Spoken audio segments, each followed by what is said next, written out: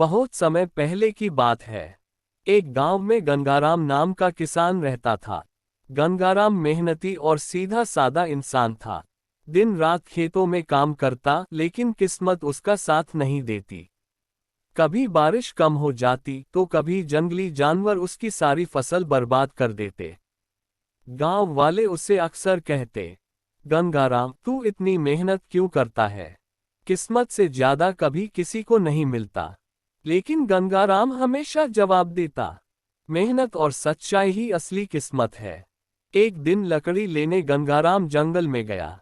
वह जंगल साधारण नहीं था, घना, अंधकार में और सन्नाटे से भरा।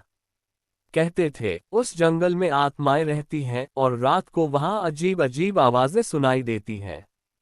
जंगल के बीचों बीच उसे एक पुराना कुआं दिखाई दिया। कुएं से पानी टपक रहा था और चारों ओर एक अजीब सी ठंडक फैली हुई थी। गंगाराम ने सोचा, अगर मैं इस पानी को अपने खेत तक पहुंचा दूं तो फसलें कभी सूखेंगी नहीं। जैसे ही उसने कुएं के पास रखा पत्थर हटाने की कोशिश की, अचानक तेज हवा चलने लगी, पेड़ चरमराने लगे और चारों तरफ अंधेरा छा गया। उस अंधेरे से एक लंबी दाढ़ी वाला बूढ़ा प्रकट हुआ।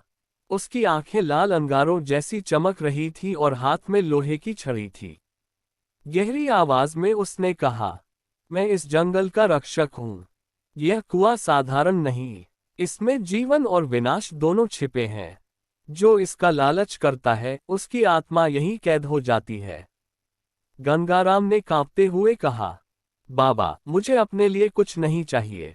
मैं तो बस अपने गांव के लोगों की भलाई चाहता हूं। खेत सूख रहे हैं, बच्चे भूख से रोते हैं। यह पानी सबके काम आएगा। बूढ़ा गंभीर हो गया, अगर तेरे इरादे सच्चे हैं तो 3 परीक्षाएं पार करनी होंगी। अगर असफल हुआ तो तेरा नाम निशान भी मिट जाएगा। गंगाराम ने हिम्मत दिखाकर हामी भर दी। पहली परीक्षा, भय की छाया। अचानक चारों तरफ से भयंकर शेरों की दहाड़ गूंजने लगी। अंधेरे में लाल आंखें चमक उठी। एक विशाल शेर सामने आया और दहाड़ मारते हुए उसकी ओर बढ़ा। गंगाराम का दिल तेज धड़कने लगा, लेकिन उसने पास पड़ी लकड़ियों से मशाल जलाई।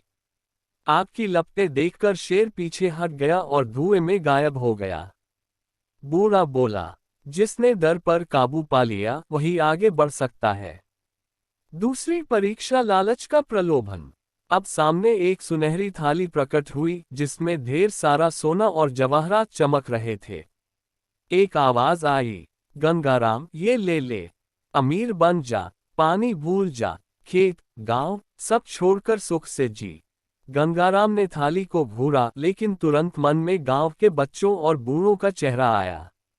उसने दृढ़ आवाज में कहा, मुझे यह सोना नहीं चाहिए। मेरा सुख सबके सुख में है।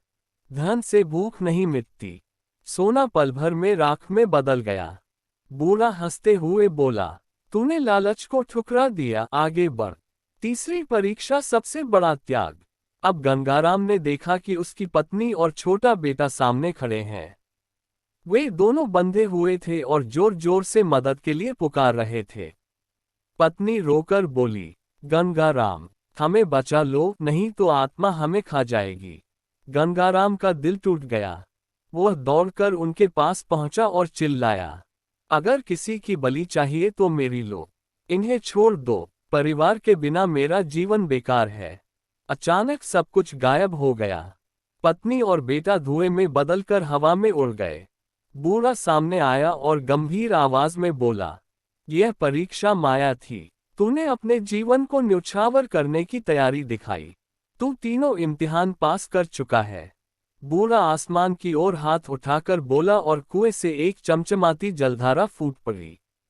वह सीधी गंगाराम के खेतों की ओर बहने लगी। धीरे धीरे उसके खेत हरे भरे हो गए। फसलें लहलहाने लगीं।